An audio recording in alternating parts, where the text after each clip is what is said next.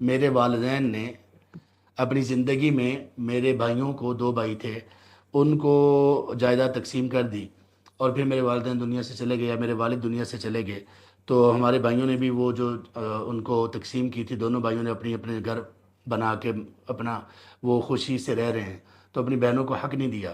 تو کیا بھائیوں کو حق دینا چاہیے تھا، یا جیسا وہ والدین کر گئے وہ ٹھیک تھا، اور والدین نے جو کیا وہ ٹھیک تھا یا نہیں ٹھیک تھا؟ یہ تو ہر گھر کے مسئلہ ہے۔ جو والدین نے کیا زندگی میں کہ اپنی بیٹوں کو دیا اور بیٹیوں کو نہیں دیا، یہ حرام تھا، ظلم تھا والد کی طرف سے۔ اور اب وہ دنیا سے چلا گیا، تو اب وہ اللہ تعالیٰ کے سامنے جو اس کے ساتھ اللہ تعالیٰ چاہیں گے سلوک کریں گے، وہ مجرم بن کر پیش ہوں گے یہ والدین۔ دوسرے نمبر پر یہ ہے کہ جب بھائیوں کو دیا گیا تو بھائیوں کو بھی کچھ یہ حیا کرنی چاہیے تھی کہ ان کو یہ پتہ ہوتا کہ یہ تو ہمارا سارا ہمارا حق نہیں ہے، ہماری بہنوں کا بھی حق ہے اس میں، یا اور جس جس کا والدہ کا حق ہوتا، بہنوں کا ہوتا، کسی اور کا بھی ہوتا، جس جس کا بھی اسلام نے مقرر کیا ان کو وہ دینا چاہیے تھا۔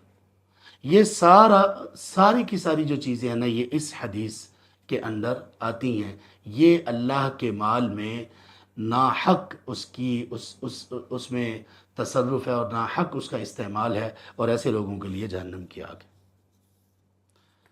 سبحان اللہ۔ آپ صلی اللہ علیہ وسلم نے یہ نہیں کہا کہ جو لوگ اللہ کے مال میں جو لوگ ناحق تصرف کرتے ہیں، ناحق استعمال اس کو کرتے ہیں، تو یہ گناہ کرتے ہیں، یہ نہیں کہا۔ سیدھی اسٹریٹ فارورڈ بات کی، فَلَهُمُ النَّارُ یوم القیامہ، قیامت کے دن ان کا انجام آگ ہے، جہنم ہے۔ دوسرے لفظوں میں ان کو جہنمی قرار دیا آپ صلی اللہ علیہ وسلم۔ اس حدیث کا کیا مطلب ہے؟ ان کو آپ صلی اللہ علیہ وسلم نے جہنمی ڈکلیئر کر دیا، اور آپ نے یہ خود نہیں کیا، اللہ تعالیٰ نے کیا۔ تو اس لیے یہ سنبھل جائیں، ہم سب لوگوں کو سنبھل جانا چاہیے۔ مالی معاملات میں لوگوں کے حق دینے میں یہ بہت بڑی چیزیں